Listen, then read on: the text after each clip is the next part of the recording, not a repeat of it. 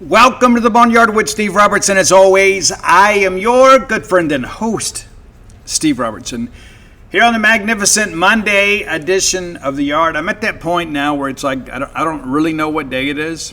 Like now I live by the Mississippi State calendar, and so I have to check, right?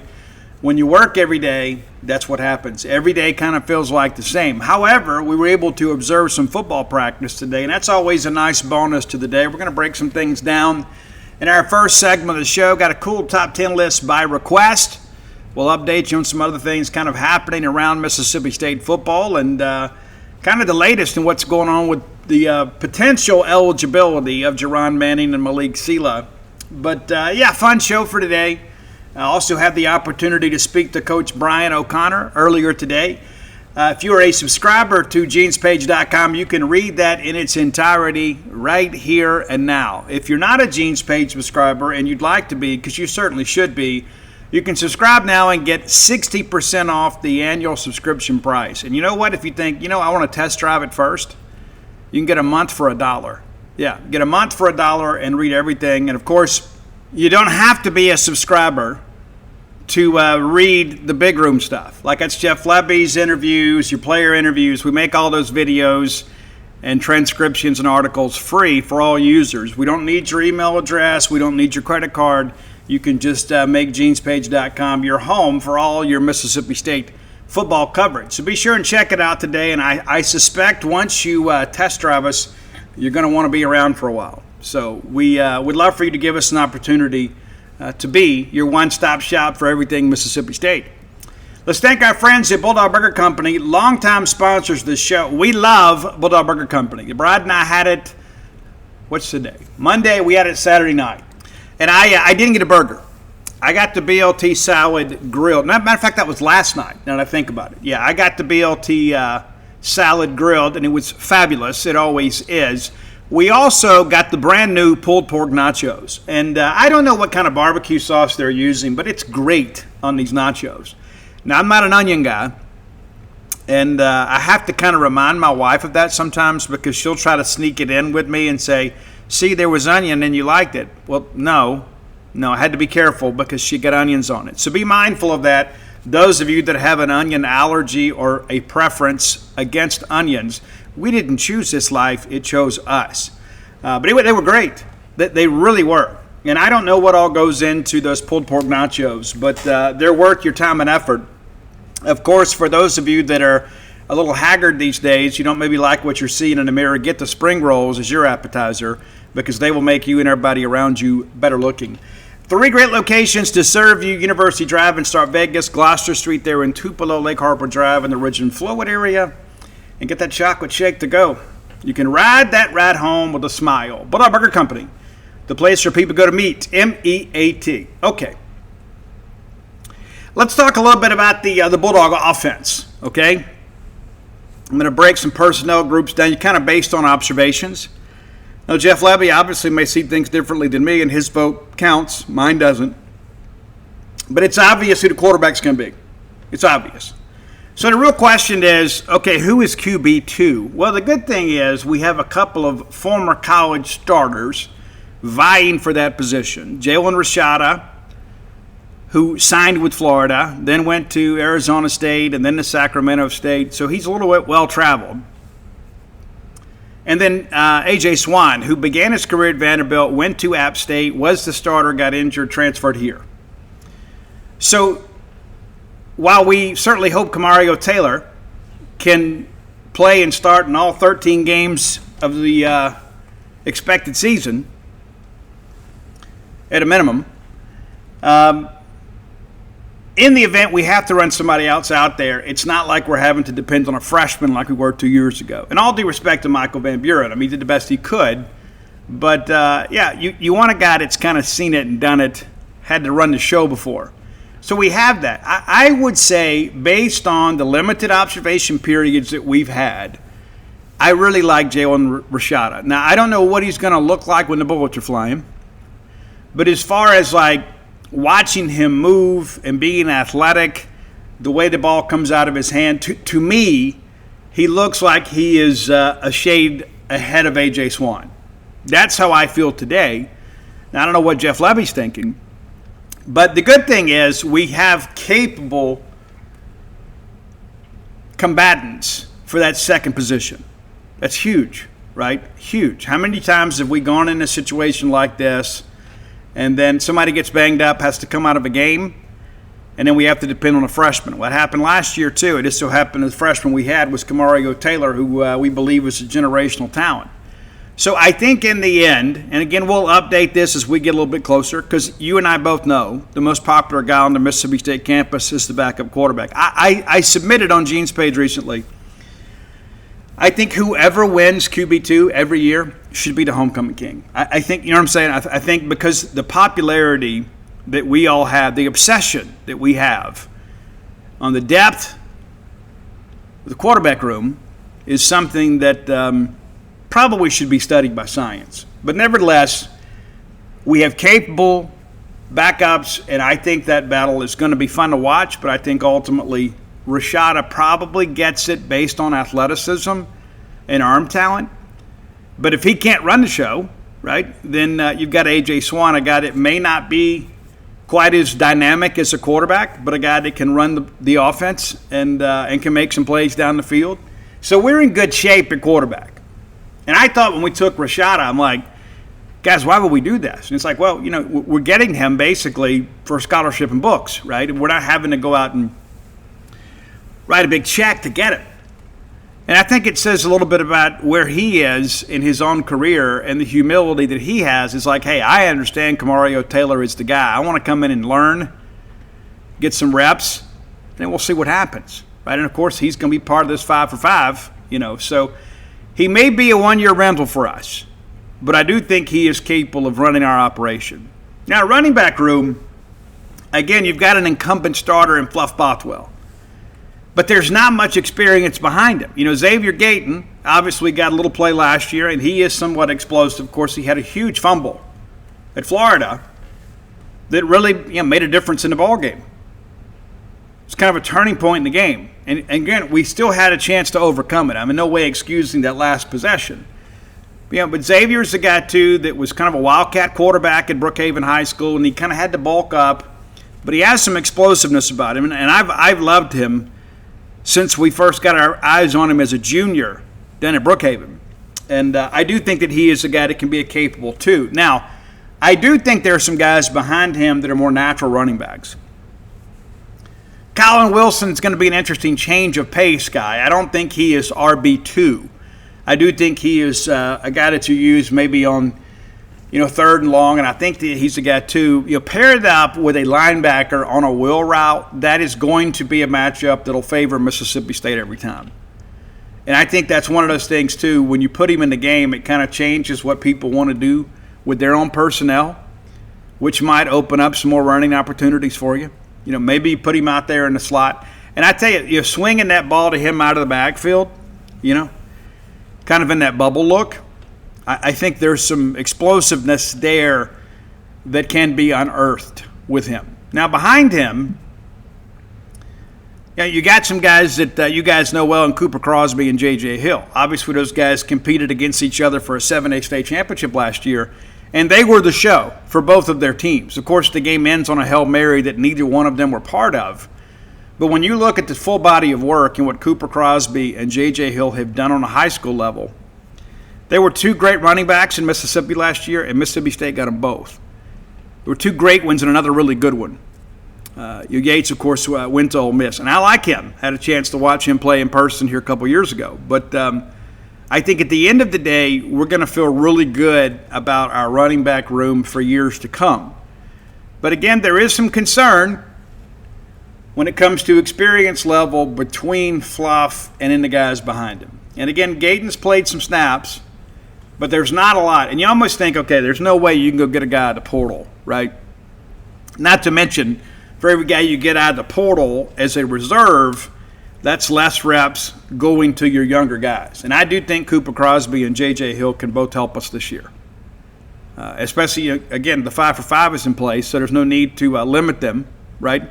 You just approach this whole thing just wide open. You go into the year expecting everybody to contribute. You don't think about managing 4 games. That's gone.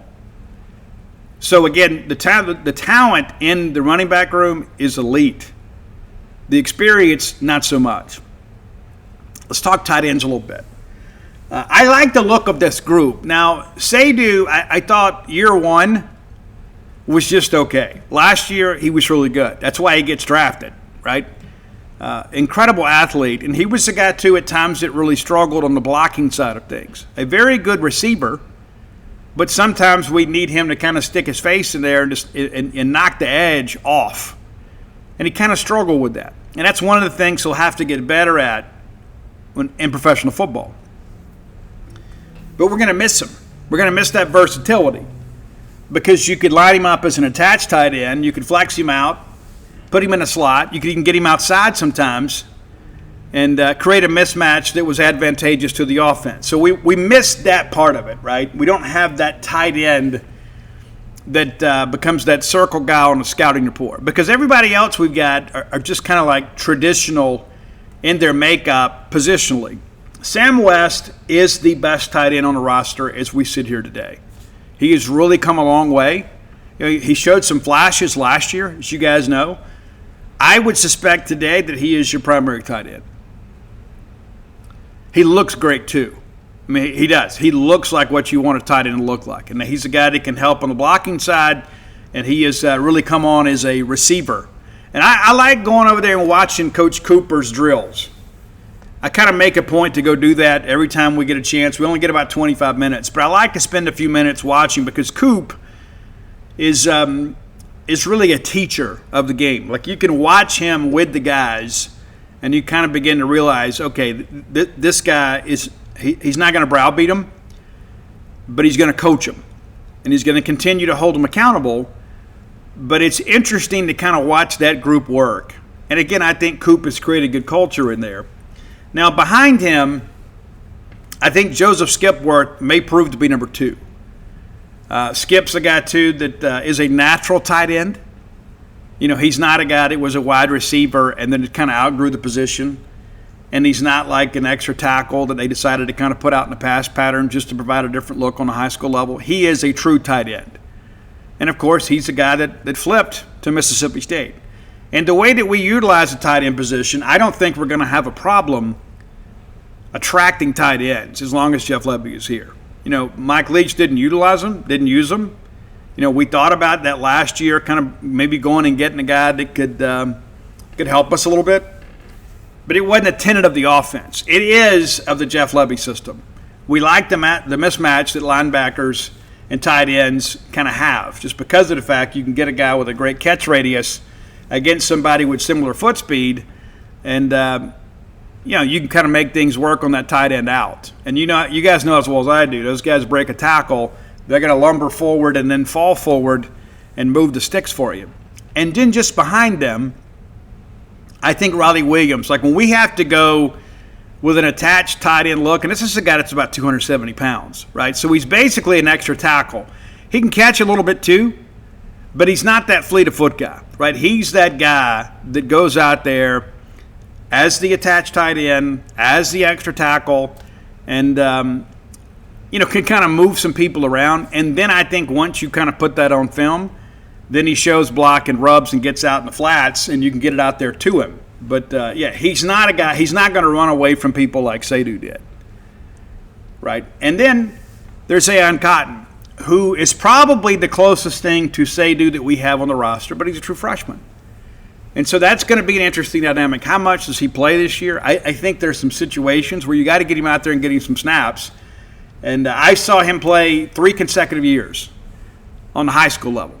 And every year he got a little bit bigger. Every year he got a little bit stronger. And he became a bigger focal point of his offense. And so this is the guy that's used to getting touches. And so he is a guy that I think, again, long-term, as he begins to gain knowledge on the college level and gets SEC caliber size, and he's well on his way in that regard, that he could be like that next flex tight end that really creates some matchup problems for a defense. And again, situationally, I think you can use him this year. But I think that room is in great shape. We get to the wide receiver room, right? And this is the one that I think is going to excite you the most. And a lot of people wonder, well, Steve, without Brennan Thompson here, do we have somebody that can blow the top off the defense? Well, yes, we do. Zion Reagan's, of course, not the biggest guy, but neither was Brennan Thompson. He's a guy outside the numbers that's going to be difficult to deal with, right?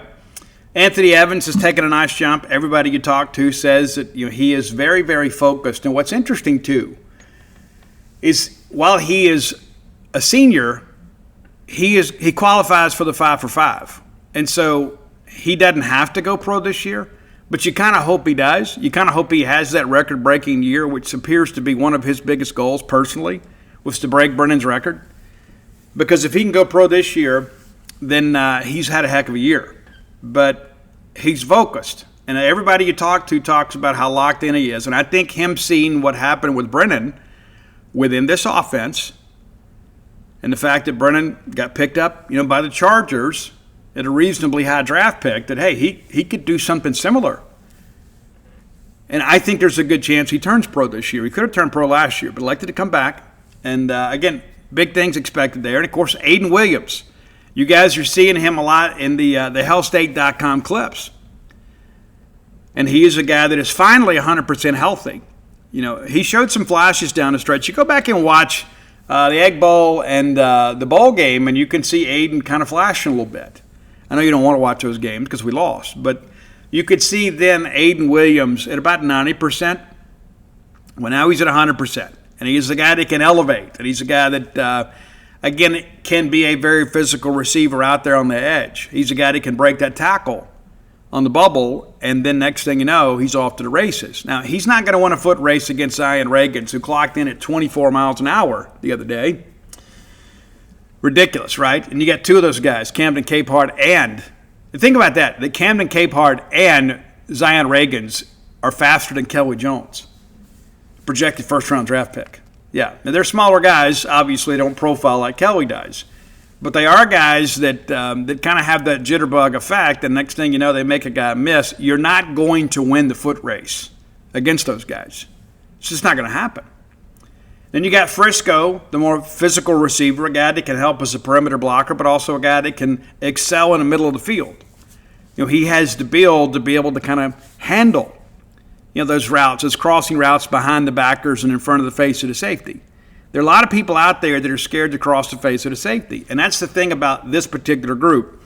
Everybody's kind of got a unique skill set, right? Anthony Evans, probably your most complete receiver. That's no big surprise, right? He's a guy that has some girth and some strength, but also some foot speed. He can run away from people.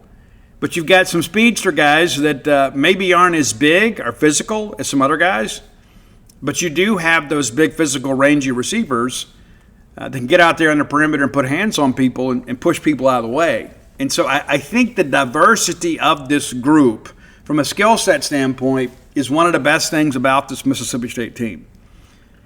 Last year, as you guys know, as we got towards the end of the year, it was just kind of 3 or 4 guys. It's probably 6 deep right now. And what's interesting, too, is to hear the DBs and the receivers talk. They all mention G-Baby. You say, Steve, who's G-Baby? What's Grayson Harris? He was one of the late additions. Played a little bit for us last year. But he is a guy, too, that is getting some play. Another guy that's fast, a guy that's quick twitch that can make people miss in space. And so when you've got the guy that's probably the 6th or 7th highest guy on your depth chart getting praise from his fellow receivers and DBs, that says a little bit about the depth of this room. Now we talk the offensive line. Been the biggest concern really for the better part of a year, right? I mean, really, I guess 2 years, that offensive line that we had in 23 was actually pretty good. It actually was. And then, of course, we make some changes. So we make some offensive philosophical changes, and the group still kind of held up. And you get to 24, we kind of go back to the air raid concepts in many respects, but even though we don't have those wide splits, a lot of the pass protection techniques are the same, right? So it's taken us some time to kind of get this thing worked out. But today I paid special attention to the offensive lineman. Jacob Bain, of course, who was an offensive lineman.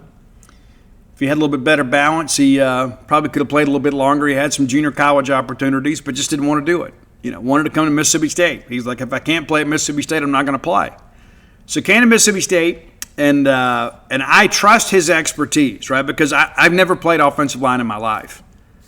Maybe some of you have. And so I trust him. When I sit and watch him, he talks to me a little bit about hand placement and things of that. And of course, I've evaluated kids for a long time. But the people that know are the people that have done, right? That's important to understand. You have to understand our own limitations.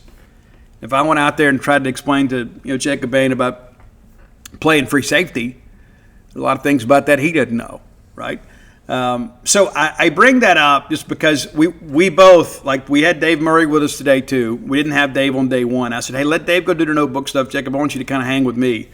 And so we went over there and just kind of checked these guys out. Now, we don't get to see team drills. We do get to see individual drills. We get to see some things that Little Hope puts them through. And then, of course, they do some one-on-ones and two-on-two. Jakeem Shumpert looks great. He looks great. Now, you've heard Jeff Levy praise him. You've heard Phil Lodeholt praise him. And many people will tell you he is the most improved offensive lineman on this roster. Redshirted last year. Highly regarded offensive lineman out of JUCO. But watching him just kind of move and operate today, there is a presence with him, right? You watch him, there's just something about him. There's a special quality with him. Now, until we see it out there when the band is playing, I don't know how that's going to carry over. But I can tell you, just watching him in drills, there is an athleticism there that wasn't there last year with him, and really not at the tackle position for Mississippi State. Albert Reese was our best tackle last year. And I think most people agree that Albert Reese is probably best suited as a guard, right? And there's just some guys, that's what their body type and their skill set reflects. And then, of course, you had some guys out there that gave it a go, and they'd have a good game and then a bad game, or they'd have a decent game for a while, then a bad moment. But watching Shumpert operate in these drills, he looks to be a better athlete than anybody that we played at tackle last year. And you would say, well, Steve, why didn't he play last year if that's the case? I just don't think he was ready last year. I don't think he was ready for the jump. So I think it was a great decision to redshirt him, get him some practice snaps, put him on the scout team, let him work some time for the two deep, and just kind of let him figure this thing out. And I think now we reap the benefits from that. One of the things, too, it's interesting, like just the look of the offensive line. Now, granted, we went out and signed a bunch of guys, right? So we signed some guys that look a lot more like SEC offensive linemen. But there's not this I want to be careful how I say this. Not that I want to be incredibly politically correct, but there's not this sloppy body type anymore. And you guys know what I'm saying, right? You guys have seen some big guys out there that clearly did not love the weight room. That clearly did not understand the nutrition plan. You've seen them, and then all of a sudden they fade as the game goes along, and we're tapping our helmet and things like that. You've seen it. But the look of this group is much different. Much different. And it's not because we got tighter fitting jerseys, right? You got some guys that have some wingspan. You've got guys that have some flatter stomachs, right? You don't have these pot-bellied pigs out there kind of running around, And I mean that with as much love and affection as I can muster. But now we have to take this group of athletes and we have to coordinate them into a cohesive group. Because you guys know the most difficult part of football is teaching 5 guys to work as one.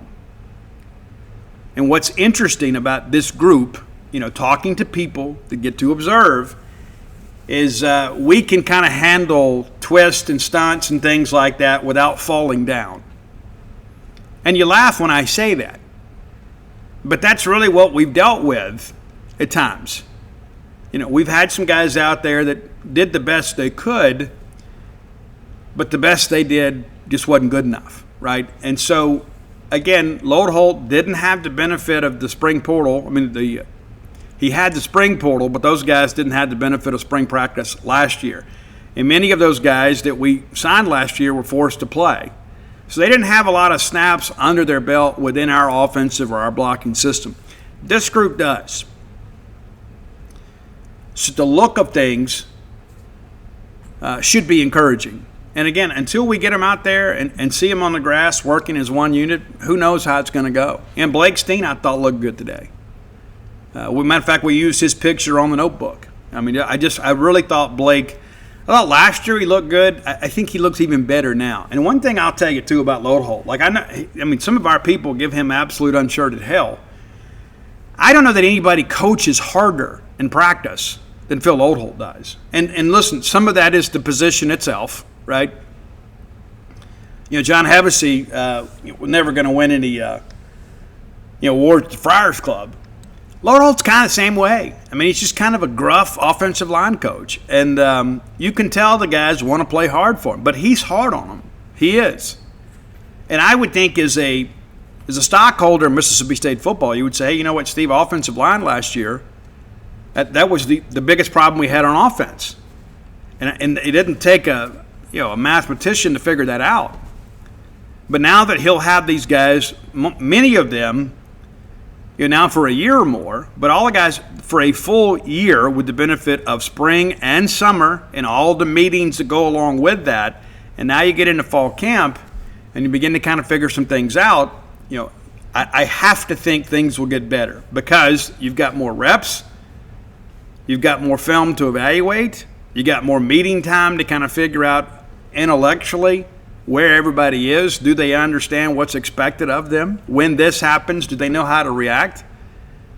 And so rather than have a guy that just showed up in June that had never taken a snap in pads until we got into preseason camp, we should be farther along. And by the early look of things, 1 week into camp, we're not in pads yet. That'll come tomorrow. I just think the early returns are good. And again, until we get out there and we can handle somebody overloading the left side and prove that we can do it, we're going to continue to see it. But I think you've got more experience, and I think you just simply have better players, if that makes sense, right? So you've got more reps in the system with guys that have done it before elsewhere and with guys who've done it here for the better part of a year. And so I think that's an important aspect of it. And so the competition that we have at the offensive line is better than anything that we have had under the Jeff Levy era. I think that's fair to say. And so when we talk about what this team looks like compared to what we put on the field last year and certainly 2 years ago, there's really no comparison. Last year we thought, hey, first team wise, hey, we look like an SEC team getting off the bus. Now, from a two-deep standpoint, we look that way. And so if we have an injury, it shouldn't derail the season, right? That's an important aspect of this thing, too. There were so many times we kind of held our breath last year. And as we get into this thing tomorrow on Friday's show, we're going to talk a little more about the defense. But I just felt like let's break it down positionally and just kind of tell you what we've seen and kind of what we expect.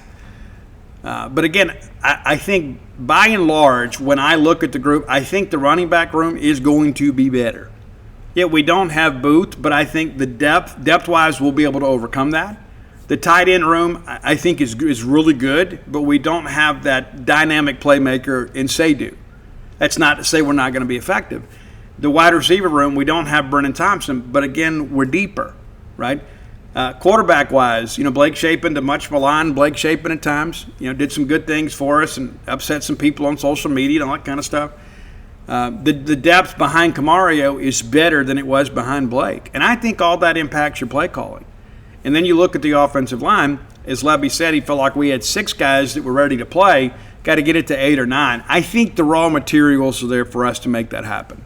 Because you want to have 3 tackles, 3 guards, and two centers. I mean, when you begin to kind of break it all down, that's what you want. You want to have those guys kind of ready to go. And if you can have a swing guy, that's even better. But, you're going to basically play 8 to 9 offensive linemen in most games.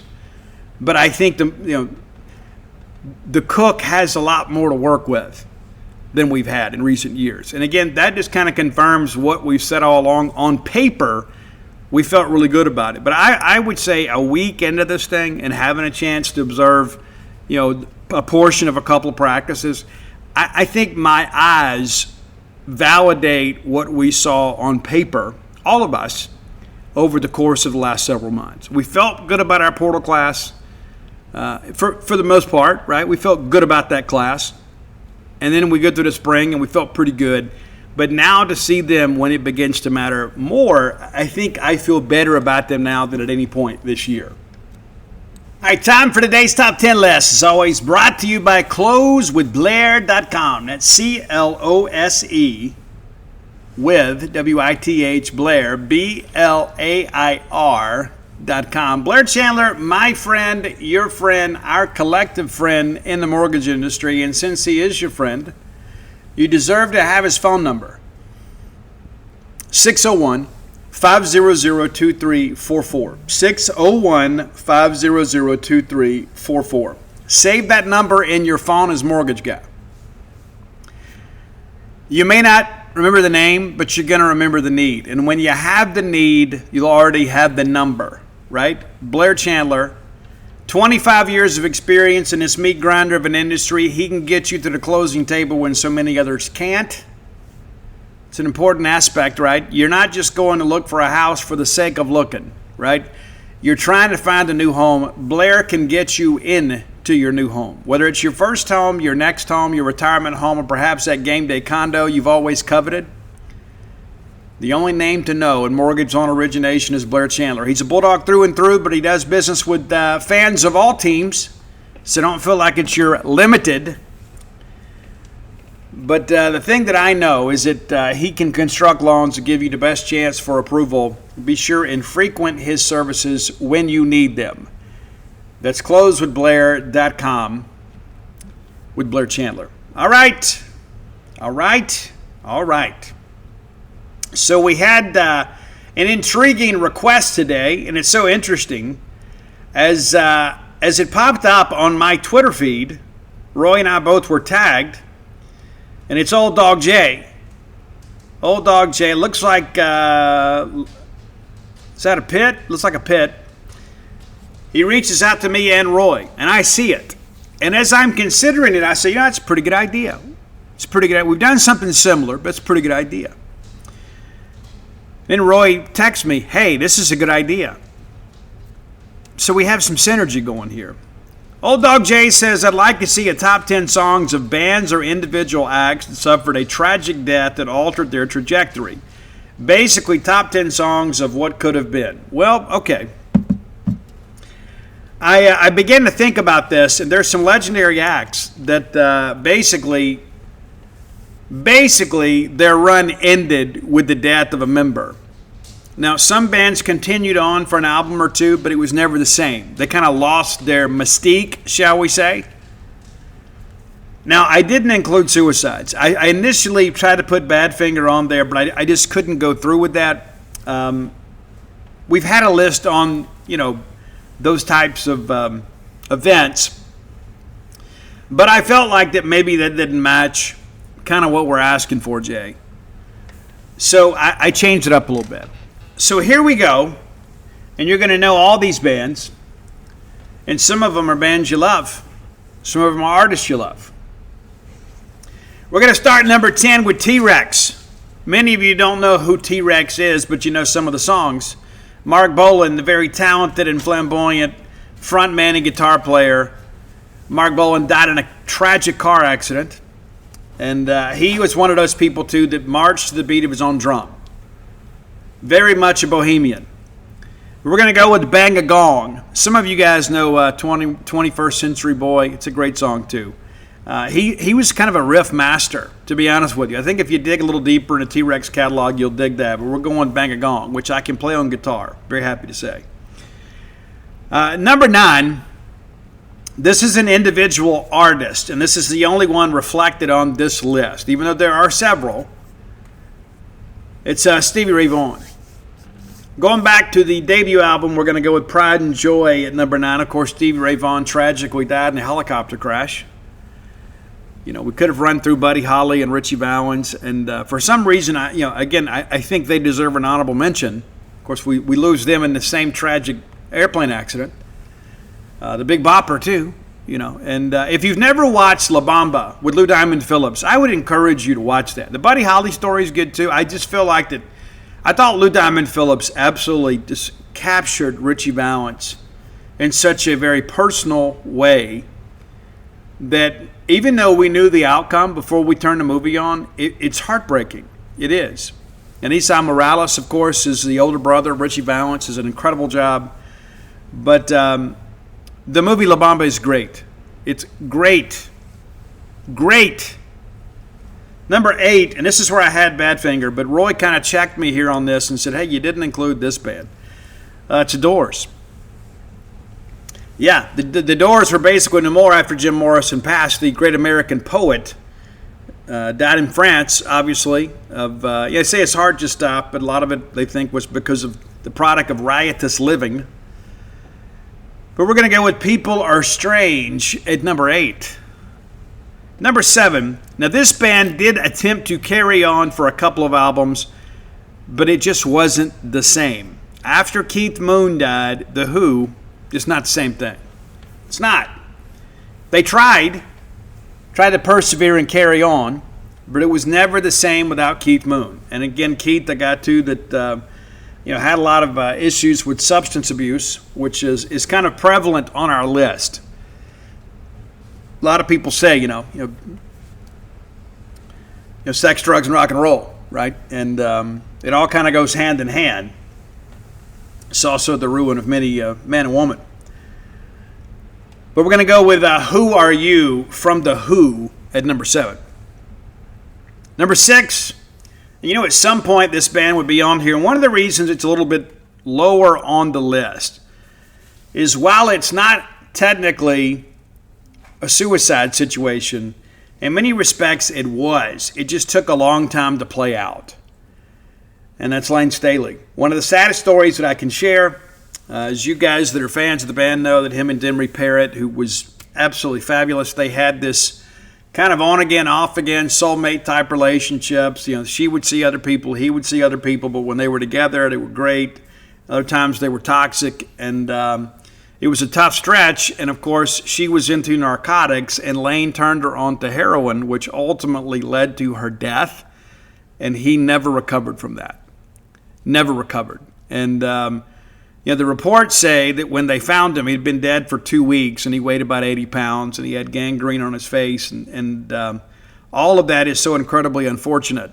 And I keep forgetting to, but I've got the book, this Angry Pen of mine. I'm going to just bring it to the spa for you guys to thumb to. Just leave it there. I just ask that you do that. But we're going to go with Man in a Box, Malice in Chains at number 6. And I've had people ask me, Steve, what do you think? If Lane had lived, what do you think Alice in Chains would have done? So here's the thing that I would suggest about that. Alice in Chains, and what we love about Alice in Chains, is their ability to articulate their pain and disillusionment of life. And I think in the end that Lane Staley was a tragic hero, and his tragic flaw is the thing that drew us in and ultimately ran him out. I just don't think that it was ever going to be a long-term thing. I think the same thing of Kurt Cobain, even though, again, Kurt's not the singer that Lane Staley is, and that's not me being critical. That's just the reality of it. Kurt's not going to win a singing competition with Chris Cornell and Lane Staley. They're just different, right? And so you can have your own preferences, but I think some people, and it's I've had this theory for years. When I sit around and talk music with other people in music, people are like, hey, about the sophomore slump. I think one of the things that happens, it's not just the timing of it all. A lot of people say, well, you have your whole life to write your first album, and then you've got a year to write your second album. There's some truth in that, but I think what begins to happen is all of a sudden you lose the grind, right? Not to say that you don't love it anymore, but I think there is a desperation to make it. And then all of a sudden, we get some money, and then all of the pain and the stressors of life that we had that drove that first album have been removed.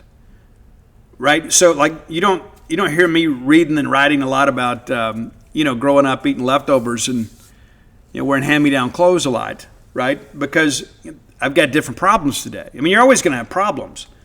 But I think what happens is people begin to heal. They have a measure of success, and then the same inkwell that they dipped that magic pen in has dried up.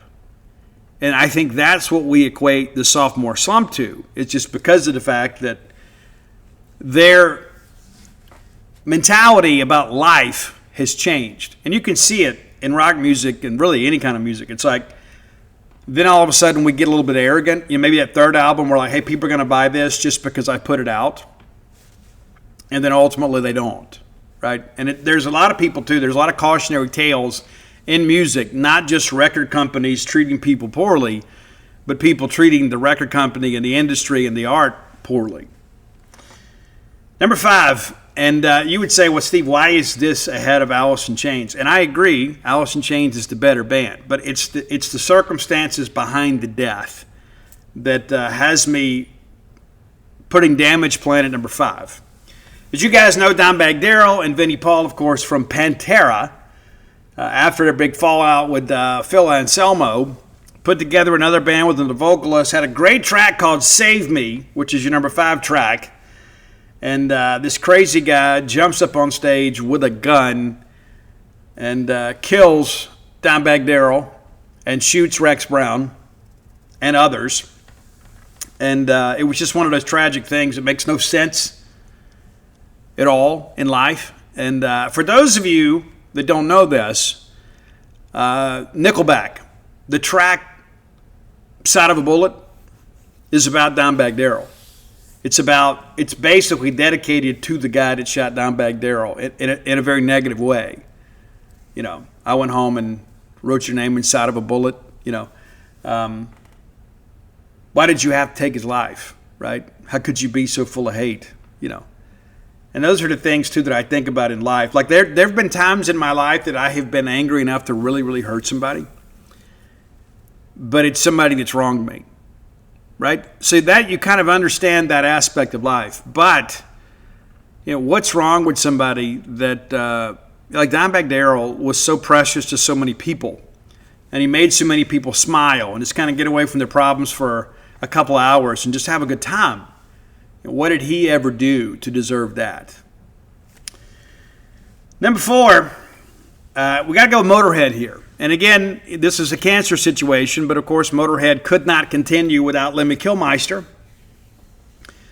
Could have gone a lot of different directions here, but because of the fact that we're kind of going with signature songs, we're going to go with Ace of Spades at your number 4 track. And could have done, Bow Down to the King. A lot of things we could have done. The Game, could have done a lot of those. But we're going to go Ace of Spades. Number 3. Again, another band that kind of carried on and had some success, but again, it was never the same. It was never the same for the Allman Brothers after Duane Allman died. And then later on, the bass player died too, in a motorcycle accident. You think, right? And to whoever outside of Vicksburg that used to maintain that red clay carving, it said, remember Duane Allman. Well, even though that's been washed away, sir or madam, we have not forgotten Duane Allman.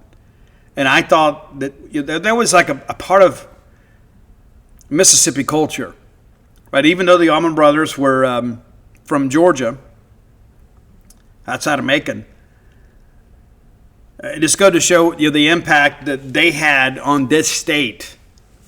That somebody would go carve that out and then maintain it for years. And then it became like a community project. Like other people would go do it. And it's gone now. I wish it was still there. And for those of you that were too young to have seen it, it's something that we were very proud of, to honor the legacy of Duane Allman. Number 2, and many people would think this would be number 1. We actually talked about this band, and I was explaining to some of the young bucks on the beat, Dave Murray and I, the resident Southern rock experts, about Leonard Skinner and how tragic it all was, and how it still is. But I'm so incredibly grateful to the landowner out there in Gillsburg, Mississippi that has afforded some land for all of us to go pay our respects to Leonard Skinner and Ronnie Van Zant. And it's so sad, to think about like all the members who pronounced Leonard Skinner that they're all gone now. Gary Rossington was the last to go. And as I shared, Gary Rossington, got a lot of the publicity because like nobody has ever looked cooler with a guitar hanging around their neck than Gary Rossington. Guy was born to play guitar. And Alan Collins, of course, very sad story. But anyway, of course, Leonard Skinner eventually kind of got back together with Johnny Van Zant singing vocals, but it's not the same. Like I would submit to you, most of you do not know any songs of the post-Ronnie Van Zant era. And again, I commend Johnny and everybody involved for keeping the legacy alive, but it was never the same. So we're going to go with Simple Man. As I shared with these young bucks, the only song more important to us in Mississippi growing up was Amazing Grace. I mean, Leonard Skinner, in many respects, typified the state of Mississippi. Number one, and again, another band that just never really continued. After the death of John Bonham, Led Zeppelin basically called it quits. They felt it would be disrespectful. Of course, Jimmy Page and Robert Plant weren't always on the best of terms, while John and Robert were. And so John was kind of the straw that stirred the drink in many respects, and kind of the glue that held that organization together. And so, again, it was never the same. And again, they get together every now and again for a reunion date or something like that. But Led Zeppelin basically ended when John Bonham died. So we're going to go with rock and roll, of course, off Led Zeppelin 4, or as some people call it, Runes. It is the classic quintessential album. And I don't know that there's any songs that are so synonymous with a good time than the track Rock and Roll from Led Zeppelin. I mean, it crosses across oceans and continents. It is a worldwide classic rock song. So there you go. So Jay, thanks for the suggestion. And because you suggested this, Roy and I have made an administrative decision that we're going to give you a second list. You've got this list. We're going to get these bands ultimately met their demise because of these. We're going to give you a Friday list that bands that carried on and had some success after losing a key member. And in some respects, they're all key members, right? But that's going to be your Friday list, so kind of give you something else to look forward to. And Jay, again, thanks for the suggestion. Very happy to do it for you. As you guys know, we've got some in reserve, but when you guys offer a request that kind of stirs and stokes our interest level, we'll pump you up. So Jay requested this today, and guess what? It's on today's show. If you have an idea for the top 10 list, reach out, let us know. The best way to do that is to hit up Roy Samanti, my friend, at Dogmatic67 on X. DAWGMATIC67. You can hit the follow button. It's safe. He's not going to be tweeting out like pictures of his breakfast and stuff like that. It's just not what he does. A lot of people, and get ready for that silliness, right? I mean, I'm already seeing it from some people, right? Twitter changed the terms and conditions of what it takes to be a monetized creator or whatever. And so you've got to have 500,000 views or whatever over 90 days. And so now you're starting to see a lot of silliness. All of a sudden everybody's tweeting and commenting on everything that's going on in world affairs, trying to get their views up. Let me just tell you this. If you're so broke that you got to depend on that, then maybe this isn't for you. Okay? Maybe this is not for you. Right? So you're already seeing it, and it's only going to get worse as we get closer to whatever this deadline thing is. We use social media basically to keep up with things and to disseminate our content. We're not out there chasing views. We're just trying to make it easy for you to get to make it accessible for you. But it's so interesting. I see some of these, quote, creators out there that all of a sudden, they're very excited about everything. because like your replies don't count and your view count. It's not like original content and like your quote tweets and things like that. So be mindful of that as you move forward, because it's only going to get worse. And then eventually they'll hit the deadline and you're like, okay, this ain't going to work out for me. But yeah, it's so funny to me. What are you going to get? $50-$60 maybe, a couple $100. I don't know. I don't know how the thing works, right? But what I do know is that it's important that they crack down on this stuff, because it's so funny to me. It's like you'll see some of these like real journalists that they'll put something out there, right, like a video or something, and then somebody will go like screen grab the video and then share it themselves. So they steal that person's intellectual content to monetize it for themselves. It happens all the time. Like, rather than somebody just like retweeting it with their comments, they steal the video. And so that, of course, robs the original creator from those views, but it also allows these thieves to profit from somebody else's work. I mean, guys, we see, so like there's the reason that people screenshot these other tweets and Facebook posts, right? They steal somebody else's stuff and they don't want them to share in the proceeds, which is ridiculous, but that's the world we live in, right? And it's so, like, I see this stuff on Facebook, it just absolutely drives me bonkers sometimes. Like, some dude will like message some girl for a date and she'll just say no, and then all of a sudden we have to go screenshot that and share it in content. Like, why are we shaming somebody else? A guy, let me tell you this, ladies, is a guy that was once in the dating world. It is incredibly difficult to work up the courage and the nerve to ask a girl out. It's tough. It is. Sometimes it just kind of falls in your lap. Like, you meet somebody and just kind of clicks. And it's like, hey, we should get together, right? But listen, it's so incredibly difficult, right? Because everybody has this fear of rejection. I cannot begin to imagine how embarrassing that would be to have a girl tell you no, and then she screenshots that and then shares it on her social media platform to make a few bucks from you mustering up the nerve to ask her out. It's obviously a situation where she's not for you, right? And really probably not for anybody. Somebody that would do that, I can't even begin to imagine the sense of depravity and the lack of humanity that is required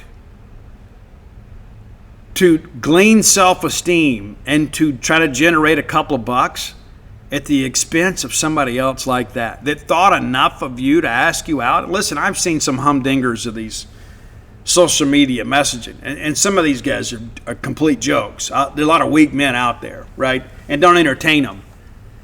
But what's to stop somebody from just like messaging themselves with a burner account and then creating this activity, and then people just fall for it? And people are like, oh, I'm here for this. I love the pettiness. Well, I don't. And I'm a petty person. But I don't that. It's just a bridge too far for me, to be quite honest with you. And there was one the other day I couldn't help but comment on. And this person was a, quote, digital creator, LOL, I know. And I said, we've reached the bottom of the barrel for content when this is what you have to resort to. It's ridiculous. It's absolutely ridiculous. And like I see it on the other side too. I see, like, doesn't matter if it's on Facebook or Reddit or wherever, all of a sudden, some guy will feel like that he insulted some girl and he's proud of that and he screenshots it. Guys, it says more about you, to each of you, no matter your gender or sexual orientation or whatever. If you are using that to pay your bills, then maybe just go file bankruptcy, because you're already morally and emotionally bankrupt. It's absolutely pitiful to see people do that sort of stuff. Okay, I'm going to get off soapbox now. But nevertheless, reach out, let us know. You can find our great list on Spotify. We're up to date now. And Roy joked the other day, he said, I may have to ask for some overtime pay, but then I realized it was my own procrastination that led to me having to work so hard to get these lists back up. And so we'll try to stay on top of it. But again, Roy's the friend, and appreciate him more than I could ever share. And again, give him a follow on Twitter. He'll be happy to have you as a follower, and he won't cloud up your feed with all kind of craziness. All right, next segment of the show brought to you by Campus Bookmart, a Starkvillian institution, right? And we love Campus Bookmart. And why? Well, they got the stuff we want. It's as simple as that. They have the things that we want. And so if it's gift buying time in your life, don't overthink it. Don't get cute. Don't try to build a better mousetrap. Just buy Bulldogs, more Bulldog merchandise. And the thing about going to Campus Bookmart, it's like, going to the North Pole for Bulldog fans, because they have a little bit of everything, right? They've got apparel. They got decorative items. They got a lot of things, of course, that you can't find anywhere else, because they know what true maroon is, and they're stocked to the gills with the latest in Mississippi State merch. So stop by and see their smiling faces the next time you're in town, or visit them on the World Wide Web at campusbookmart.net, courtesy of Al Gore's Internet, and use promo code BSR. That's Beautiful Steve Robertson. That gets you free shipping on all orders over $75. Any order less than $75, absolutely incomplete. Okay, we have a little motion, or movement, shall we say, with the Malick, Sylla, Jahron, Manning thing. And, of course, we have done our best to keep you updated on this. It looks like now Mississippi State is kind of ready to take the plunge. As Pete Thamel from ESPN reports, Mississippi State has initiated a process of two key defenders returning to the roster for a fifth season per ESPN sources. It's both edge rusher Malick Sylla and safety Jahron Manning are back on campus and set to return. Their availability has arisen from the district court ruling in Colorado. Okay, so let's get up to speed on that. So at this point, there's really not a lot of downside for Mississippi State. Okay, the one thing that I would say is that there is obviously a 105 cap. In the event that this ruling goes the way that the NCAA wants it to go, then they're not going to be able to play, right? And that's one of those things that is still to play out. So let me kind of preface all of this with saying that what we know today may be untrue tomorrow. As you guys are well aware, Charlotte Sweeney, U.S. District Court judge, created this well-intended injunction that kind of created some chaos when it came to roster management. And the NCAA obviously has filed for a stay because, again, at its core, what Sweeney's injunction and ruling does is it creates basically a class of players that feel like that they were aggrieved because the COVID guys got an extra year. Well, we had a global pandemic, so it made a little sense, right? And then the class right behind them gets the 5 for 5. So there they sit as the sandwich class, not getting an extra year. So the Wisney plaintiffs, who were the first, kind of forum shopped, right? And they went to Colorado and filed this. That's why Wisney's the lead plaintiff. And so they get the ruling. It says, yeah, you get 5 for 5. However, Sweeney does not have the ability to set up a portal window to allow players that don't have a school to return to, because many schools are already at the cap limit. And so then if they don't have a spot at their previous school, they got nowhere to go. And that's something the courts are still going to kind of work out, right? That's one of those things as you kind of play through this. So basically what happened on Thursday is the Wisney plaintiffs kind of raised this issue. It's like, hey, we got a year of eligibility, but we got no way to go use it. Well, the NCAA filed their response, and so that motion is being considered, but the NCAA didn't wait. The NCAA went ahead and filed their appeal with the 10th District Court of Appeals, or 10th Circuit Court of Appeals, to ask for a stay. They asked Sweeney to stay her motion because of the chaos this creates with roster caps, but they're kind of fighting a two-fronted battle. They're trying to get it fixed in her court, but they have already kind of taken a preemptive strike to get the appeals process rolling. Now, I'm told this emergency appeals process could take about 3 days. So we should know by the end of the week if the 10th Circuit is going to issue a stay and reverse this ruling, which would in turn deem these people basically in absolute limbo for perpetuity, right? Now, what the 10th Circuit could do is say, yeah, we're going to relax these rules and we're going to say, yes, they can transfer. And, that's kind of the problem with all of this is the House settlement is codified law now. So unless she's going to adjoin the settlement, which is a very complicated process, she doesn't have the power to create an emergency transfer portal window.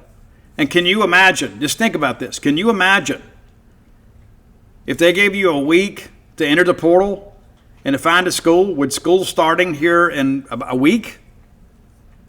You got up to the drop ad date, can you imagine? And it's one of those things too where today is August 10th. We play football September 5th. So it's smart for Mississippi State if we're going to wait this thing out, but we're going to be proactive here. We've already got them back on campus. We're going to go ahead and kind of get them re-indoctrinated because it's a brand new defensive system. It's not the defense that they played in. And so as a result, they got to get up to speed. They got to get in the playbook. They got to get acclimated. They got to get a locker issue. They got to get uniforms. There's a lot to this, right? However, it appears that Zach Selman and others have said, you know what, we really don't have anything to lose here. Now, the argument that I would make is there's still, because we are at the cap, there are a couple players, obviously, that have been with you from the spring and summer, and maybe they're at the backside of your roster. And maybe they're not going to make an impact. And you know what? They're going to have to leave the program. And that's unfortunate, right? But no matter how this thing plays out, there's going to be somebody that doesn't get what's considered fair treatment, right? And so, again, you look at Jahron Manning, a guy that played exceptionally well for Mississippi State last year. Imagine having him back with what we've already brought in from the portal and having him in the rotation at safety. Well, that's a great thing. Then you look at Malick Sylla, obviously, a guy that is an edge, and that's a position you guys know in recent years we have really struggled to attract out of the NCAA portal. We got Amari Williams to come from Florida State, but obviously he had a pre-existing relationship with Zach Arnett. So Sylla was a guy that I think we kind of, even though he led us in TFLs last year, he was underutilized. We had him playing off the ball too much, right? Not to mention like the big sack that he got against Arkansas. So, I mean, even though the game wasn't over yet, that was kind of the game, right? That was it, right? That big play where he just beats a guy off the edge and then sacks Taylor Green. Huge loss, clock still running, and then they get down to it and they got to go get it done and they can't. So commend Mississippi State because a lot of people out there are just kind of saying, hey, we're going to wait out the appeals process before we bring a player in. And again, the longer you wait, the less likely these players can make an impact. And in our situation, when the defense is brand new, they don't know the lexicon, they don't know the call sets, they don't know their keys because so much has changed. Every day we don't do it is a day wasted. And so I support the decision. I know it's a very complicated matter. And again, as I said earlier, no matter how this thing plays out, somebody's going to get the feelings hurt, right? But at the end of the day, if you're Jeff Lebby, I got to win football games. And if Malick Sylla and Jahron Manning give me the better chance to win than a couple guys at the bottom of my roster, I got to make that move. And as cruel as that may seem, that's the reality of life in the Southeastern Conference. And, we took some guys that, were like, hey, we'll take a chance on them. If it works out, it works out. But the reality of it is a lot of those roster fillers, and I hate to use that term as a criticism, but there were some guys that we took on the backside that fill out the 105 that we just kind of thought, you know what, we'll take a chance. There's no way you would trade those guys for Malick Sylla or Jahron Manning. Zero chance that you do that. You just wouldn't do it. And that's one of the things that I think when you look at the totality of what we want as a fan base, which is to win, and Jeff Lebby, of course, his livelihood is based on his ability to win, he has to make the difficult decisions that put him in the best position to win for himself, for his assistant coaches, for his players, for his fans, for his university. And so, again, it's one of those things that the court system obviously has made some decisions that have complicated a lot of things for a lot of people. But if you're Jeff Lebby, it's a pretty simple decision. You may hate having to have some uncomfortable conversations with some young people that have played and tried really hard for you. But this is big boy football. And while many of those guys know, right, they were never going to have an impact here, while they would probably struggle to admit it, Malick, Sylla, and Jahron Manning are more valuable to this team. They're more valuable to Mississippi State's prospects of winning. So you bring those guys back. If the 10th Circuit overturns the ruling, then they can't play. If they uphold her ruling, then they can play. But we lose nothing by having those guys come back and get ready just in case. I think it shows good due diligence and proactiveness on behalf of Mississippi State football and Zach Selman and everybody involved in all this. When you play in the Southeastern Conference, and certainly when you coach in the Southeastern Conference, you've got to do some things that may be uncomfortable for a lot of people. And being around Jeff Lebby, you hate that aspect of it, having to be the bad news guy. But anybody can lead in times of prosperity. Anybody can get out there and have the rah-rah conversation. Anybody can be the good guy. Sometimes you got to be the bad guy. And we deal with this all the time. We have our exit interviews in every sport, and we tell people, hey, the prospect of you playing is not good. And when you have some of these guys that showed up and they played through all this stuff and they go through drills. Guys know. They may not be, maybe want to admit it on Instagram, but they know. You know, too, if you've ever been a student athlete. You know when somebody's better than you. And so it's the cruel reality of playing sports in a major conference. And then on top of that, you've got a court ruling that negatively impacts you to the positive side of somebody else. And so there's a certain level of rejection that goes along with that. And I hate that aspect of it, but we're only working within the framework that the court system has afforded us. They're the ones that set the roster limits. The courts, not the NCAA, the courts. There was a settlement, and everybody signed off on it and said these are going to be the squad sizes. And again, that's the law of the land. The NCAA can't just decide, okay, well, let's relax the roster limits for this year. Right? That would be in violation of the House settlement. Even though that would seem like the right thing to do, or be a scenario where more people would benefit from that. So it's going to be interesting to see how the courts handle this. But again, Jeff Lebby has no decision to make here, none whatsoever. And Jahron Manning, so one of his last interviews with us, he goes, I hear they're going to do that 5 for 5, so I may get an extra year. Well, he's going to get it. And again, Malick Sylla, a young man that, a lot of people were like, hey, this would make some sense for us if we could get him back. And so I texted him, right? Of course, at that point, he's not a Mississippi State student athlete. He's a working Joe just like me and you. And he goes, yeah, there's a possibility I'm back. And so the two players that fit the criteria are now working their way back at Mississippi State, pending court approval. All right, final segment of the show.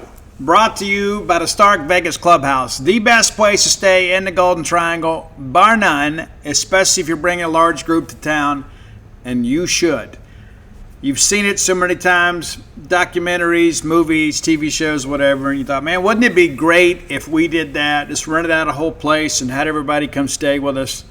It'd be great. And you know what it is? I can attest from personal experience. We had a great time there. Now, Google the Stark Vegas Clubhouse. When you do, their Facebook page will pop up for you, and you can peruse the pictures of all the amenities available to you and your guests. And those pictures don't do them justice, right? You get the full-service kitchen, the wet bar, the back porch area, the fire pit area, Plenty of parking.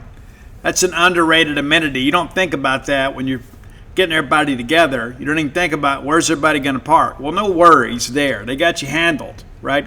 Just 5 minutes away from the Mississippi State campus. If it's a ball game weekend, you can do your tailgating right there. How fun is that? Yeah. Whether it's a work group, a friend group, a family group, this is a great place to have like a weekend retreat or even a midweek retreat because they're open 365 days a year. Part of that Google search will yield some booking options for you. You can book through Airbnb or Vrbo if you want, but you book through the Evolve website, I can save some money for you. And you know what? You could pay more, but why would you want to, right? Stay at the premium location in the Golden Triangle through the Evolve website and use promo code BSR10, which gets you 10% off your stay just by listening to this show. That's BSR10. Yeah. Be sure and check it out today, the Stark Vegas Clubhouse. All right. We've got a little news on the recruiting front, too. Deshaun Dillon, wide receiver from Northwest Rankin, shared on his Instagram account today that he plans to announce his college decision August the 22nd. Now, of course, he's moved this thing around a lot.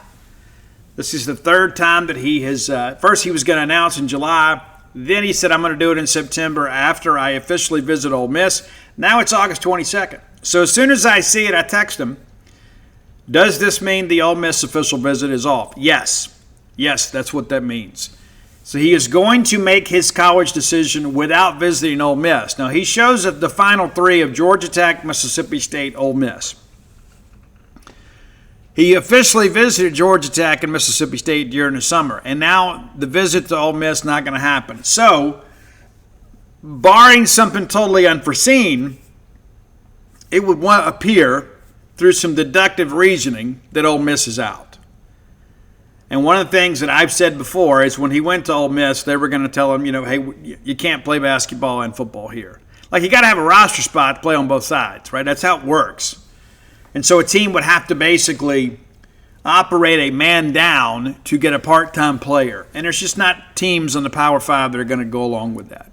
Deshaun Dillon is a great football player, and I think that the ceiling for him is exceptionally high once he focuses on football only. He's going to be able to put on a little more weight, too, and run up and down that basketball court, as many of you are aware. Putting all that cardio in kind of keeps the weight off of you. So he'll get bigger, faster, stronger. And I do think he is a guy worth messing with. State's obviously still in contact with him. So August 22nd, we expect him to choose between Mississippi State and Georgia Tech. And when he left his visit to Mississippi State, I believe, just kind of based on the high of the moment, that he was days away from committing to Mississippi State. Didn't work out that way. And again, there's some people around him that would love for him to continue to play both sports. Most of his offers in basketball are from the G5 level. And he could probably maybe play at a lower level and play both sports. But if he wants to play big-time sports, I think football is going to prove to be his modus operandi. All right, a couple things too. I'm going to kind of give a tip of the cap here to the Mississippi State Communications Department on the athletic side. We're going to have a lot of availability this week, and as I mentioned, we got to see practice again this morning, which is great for us that shoot, right? Because we need art. I like to have our own art and not just rely on hellstate.com. They're great about it, but it's nice to have your own stuff because you're the only one that has that picture. And when you guys are doom scrolling, right, and you see the same image on two different articles, you're going to assume you've already read that article. So we like to have our own art. We do. We take a lot of pride in that. We spend a lot of money on cameras. But so we'll get another opportunity later this week to observe some more practice. Love that. Guys, we're going to have 5 media opportunities this week. 5. Man, you love that. We're going to get Levy twice. And so Mississippi State doing a good job getting their football messaging out. Now, there have been times this summer I've been a little bit critical that we haven't done enough, especially, in the process of selling season tickets. But, maybe we didn't have a whole lot to sell, as far as momentum. But they are doing a good job, and I think that is important to kind of work out. And we're operating a couple people down. Our buddy Kelly Shipp left and went to Texas A&M, and, our friend Joel Coleman obviously kind of dealing with some things with the health of one of his children, and we do expect a full recovery there, but they're going to be back and forth a good bit. So Logan Lowry's kind of had to step up and help out a little bit on football, and there's just a lot of people involved that are doing what they can to ensure that we're getting news about your football program to you. And so, tip of the cap to everybody involved up there. Listen, I don't always get on this show and complain about a lot to you guys. I do complain from time to time, but I think it's important when people are doing a good job that we also point that out to all of you, because you would never know, right? And that's one of the things that in the Levy era, access to practice has not been kind of what it was. It'll never be what it was with Mike Leach. Mike was like, you just come to whatever until we get to the last week of camp and we get into our preseason stuff. Then we gotta lock it up. But and to be fair about that, even when it was open, most people didn't go. They'll never tell you that, but they didn't. They didn't go. They just showed up when it was time to interview people. But I enjoyed going to practice. And Paul Johns went to practice, and so I give Paul credit for being there. But there were some days it would be me and Paul, or me, Paul, and David Murray. But there's a lot of people that, they're fine with practice being closed. I'm not. I enjoy going because the more information that we can get, the more we can share with all of you. And you're the shareholders within this program, right? That's how I feel. It's my duty and responsibility to all of you to get as much information as we can to share with you. On the other side of it, we've also been at practices and, we saw Malick Deer go down with an ACL injury. And then everybody's like, we're not reporting on that. There have been other times that we've seen fights in practice and we're not reporting on that, right? And that's like what people tell us. Hey, I better not see reports on that or you guys aren't going to come to practice. That's happened before. Not under the current communication staff, okay? That's just, we're talking 10, 12 years ago. As things happened, there are things that happen in practice. And if you've been around sports for a long time, you understand, especially in a physical ball game, scrimmages, there's sometimes that tempers get a little elevated.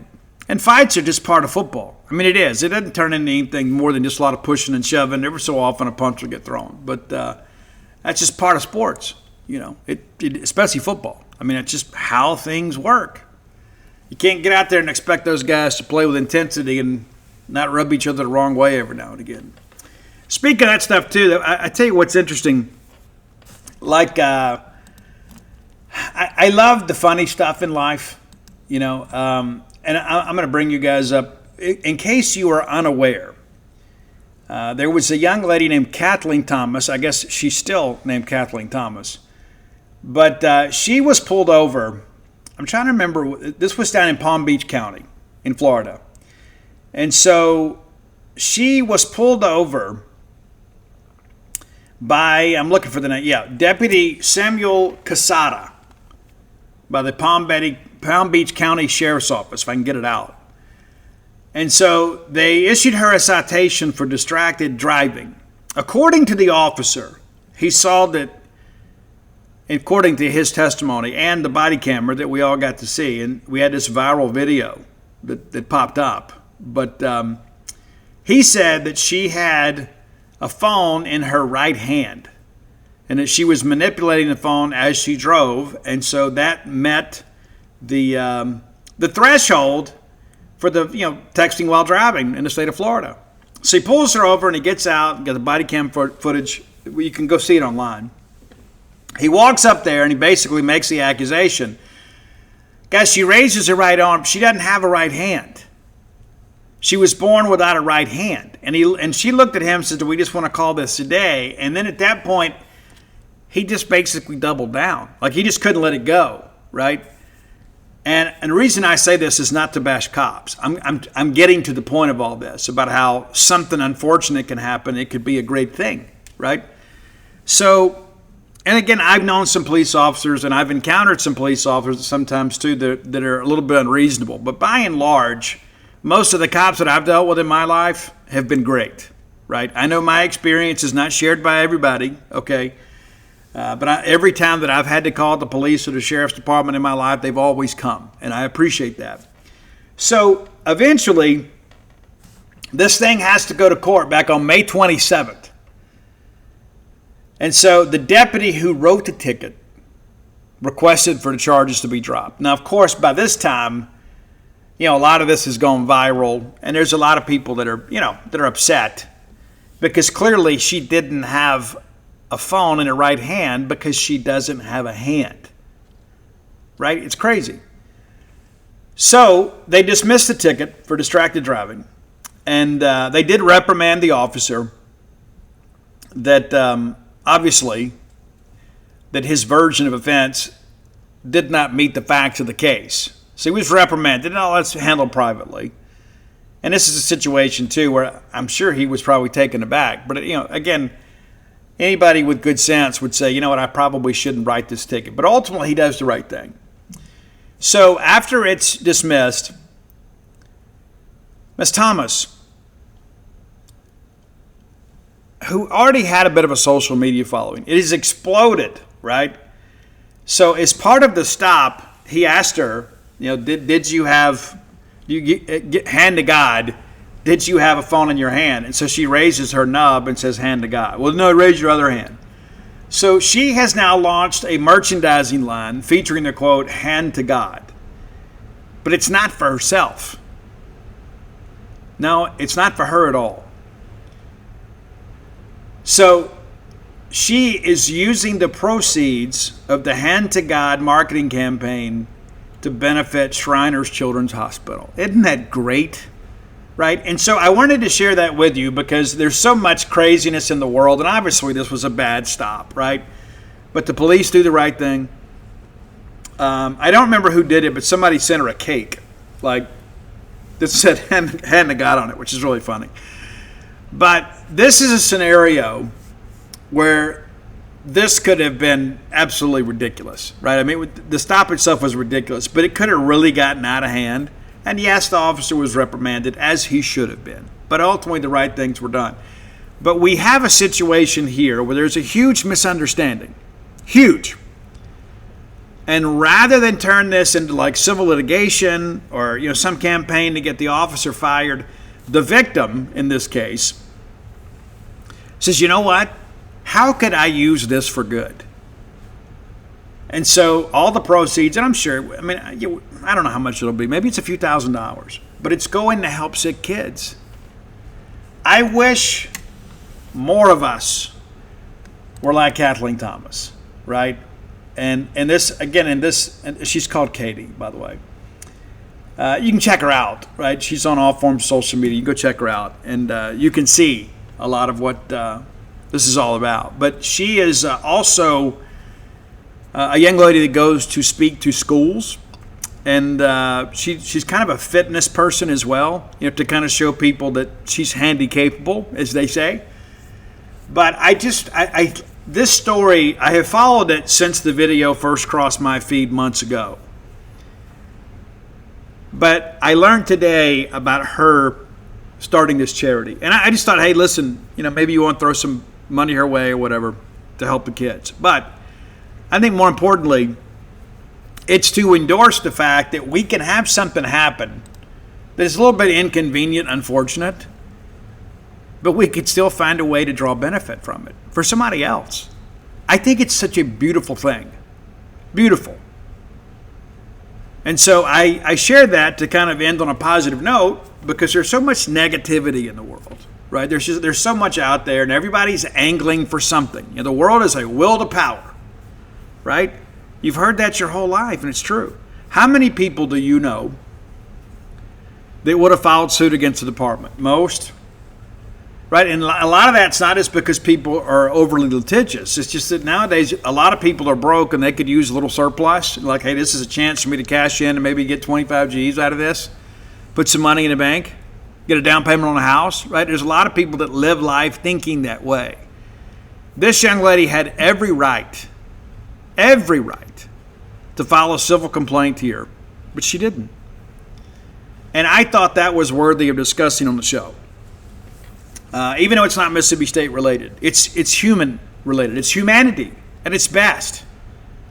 And rather than try to enrich herself, she's trying to help sick children. And I think that is a beautiful, beautiful thing. And sometimes we talk about difficult stuff on the show. And I'm a firm believer in this. I am a fan of having the awkward conversation. I am. That's the only way we get anything accomplished. I mean, I'm not going to walk around on eggshells with you. And man, I invite it too. Like if you've got a problem with me, you feel free to tell me. Right? And as I joke with people all the time, if you've got a personal problem with me, then you call me. We'll talk through it. If you don't have my phone number, then you don't know me well enough to have a personal problem with me. But all that understood, as I think about the totality of life and how this shared experience that we all have on a third rock from the sun, is that I wish there was more of that. That, hey, we can take a situation that's uncomfortable and inappropriate in some respects, and rather than, choose to be a victim, we're going to be a volunteer for service to others. That is absolutely outstanding. And when you think about this young lady that was born with this, this issue in her life, and she's overcome it, become a successful person, guys, she has every right in life to be bitter. I mean, life didn't deal her a fair hand. And no pun intended. But here she is, kind of setting an example for the rest of us. And I think that is a beautiful thing and worthy of discussion. So, again, it's back to the whole uncomfortable conversation thing. There are a lot of things in life I wish I would have handled with more grace. And that's what maturity and long-term recovery gets you, is the ability to look back and be somewhat critical of yourself in hindsight in a constructive way. Not just beat yourself up and say, you know what, if that ever happens to me again, I'm going to handle it a little bit different, right? And the thing that I have learned about that is, you can pour fuel on the fire. You can't. Yeah, but ultimately, everybody gets burned. Some just more than others, right? And listen, as you've heard me say before, a buddy of mine said years ago, not knowing I'd ever hear, that Steve Robertson's the best friend you'll ever have or the worst enemy you'll ever know. And why I wear that like a badge of honor, I prefer the former rather than the latter. I mean, the older I get, right, the more I want to avoid conflict. And Dana loves that about me, is that I'm willing to just talk about stuff. I'm not going to walk around. She's the kind of person, she just kind of moves on. I'm just not like that. I can be when I choose to be. But if I'm uncomfortable, I'm not going to let you eat my lunch for long. Eventually, we're going to have the conversation. And I encourage you, like nowadays, the big adage is, speak your piece, right? Protect your peace and all this kind of stuff. And what's so funny, too, is a lot of people talk about protecting their peace when they don't have any. They don't have any peace in their life. And that's why I think it's so important to open your mouth and communicate. It would be amazing what would happen in your life, and really for all of us, if we just told the truth. Now, how are you doing? Oh, I'm fine. Well, I'm really not. And I'll tell you this, too, and I don't want to elongate the show very long. The thing that I have learned all these years in recovery about myself and about others is the pain is just under the surface, right? It's just under the mask.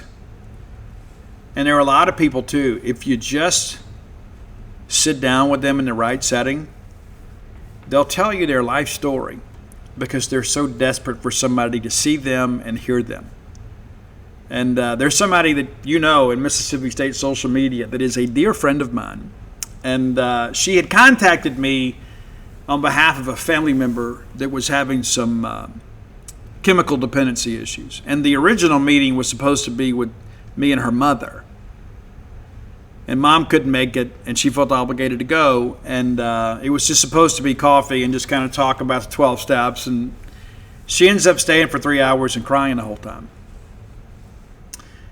And she looked at me one time and she goes, I can't believe I'm telling you all this. And I said, it's because you've been dying to tell anybody. And sometimes it helps to talk to somebody outside of your circle. As you guys know, we partner with BetterHelp, and I encourage you to find somebody you can tell everything to. There are so many people walking around so incredibly high-strung that you would never know because they are one bad moment away from just losing it. And maybe you felt that way too. I know I have. There's sometimes I'm just get so fed up with stuff. I'm like, dude, the next person that says something, I'm going off, right? The kettle at some point has to whistle. And so rather than wait for it to do it involuntarily, I try to be proactive and talk it out. with people, right? And I believe in giving people license. Hey, if there's something you need to tell me, you just tell me. I can live with the truth. You just tell me the truth and I'll figure out how I'm going to deal with it. But again, it's a very positive thing in life when we can be reconciled.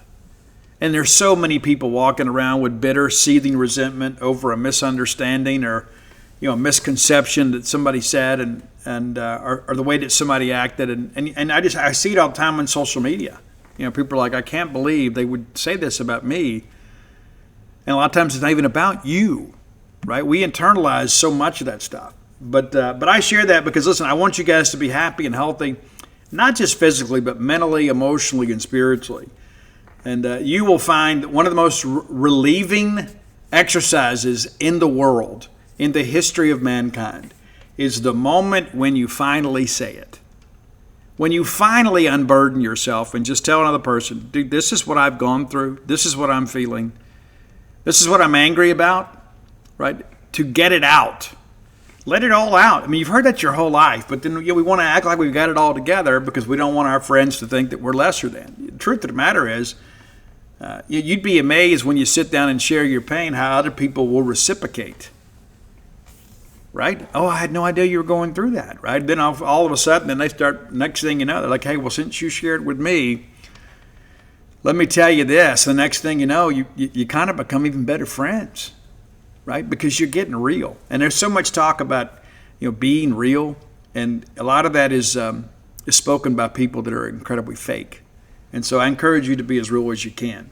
Speaking of as real as you can be, you can come join Gene's page for 60% off the annual subscription price. Gets you all the way through the season, all the way through basketball, all the way through baseball, softball, into baseball portal season, through the College World Series, all the way up to fall camp next year for 60% off. And if you want to give us a test drive, $1 for the first month. Come float with us at True West Float Spa of Starkville. Dial 662-268-7601. You can speak directly to my beautiful wife, Dana. She's happy to assist you. And you'll be amazed. It's so funny, too. Like some people say, well, I don't float. Well, yeah, you do. My buoyancy's different. It's like she had a situation just the other day where somebody felt that way, so she just kind of like added a little more water to the pot, and it worked out perfectly, right? And so don't think that you can't float. Reach out to her. You'll be glad you did. You got physical, emotional, spiritual ailments. We may be able to help you. We've helped many other people. Just let your mind rest for a little while. And then, of course, if you haven't visited DutyNobleBook.com and got signed copies of all my books, you can do that. Or 6 of the 7 anyway. All the sports titles, and, of course, When the Bottom Falls. Be sure and check all that out today. Everything ordered through the website is signed. And I'm happy to say, too, now the Max experience, which I love that place so much, carrying 3 of my books. How about that? And I love that. And it's like you think back over your life and the things that pop up and just kind of make you feel special, that's one of them. So if you're in Meridian, go by and you'll pick up some books there. Stop by the Bulldog shop and see Dawn and our friends there, too. And so very appreciative to have a couple spots for you guys to buy books there in Meridian. Until next time, let's all live our lives in a way we make more friends than enemies, and people can see a difference in the way we live.